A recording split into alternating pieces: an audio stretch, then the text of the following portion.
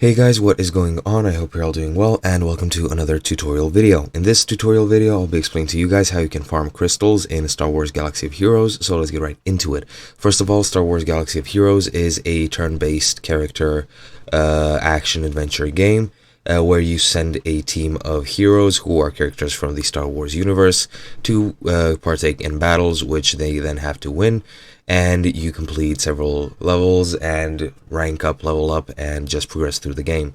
Now, crystals are, as you can see in the top right, this purple thing that is a form of currency, which you can use for several things. I can't list them all, since I don't know them all, but it is a very useful currency to have, and it is quite difficult to farm. So here are a few tips on how you can do that.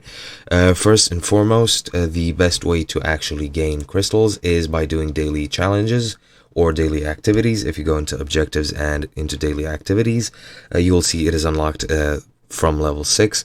However, for each round of daily activities, or for every daily activity that you complete, if you complete them all, you should gain about 115 to 125 crystals per day, and that is a really useful thing to do. Another thing that you can do is go to Galactic Battles and Galactic War. From there you can earn up to 300, I think, depending on your rank, which is also another good way to do this.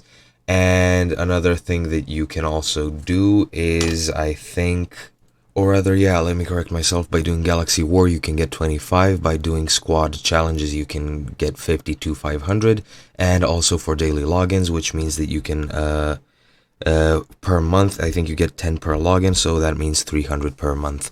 But yeah, that's pretty much it. I hope you guys enjoyed. I'll be seeing you guys in another video.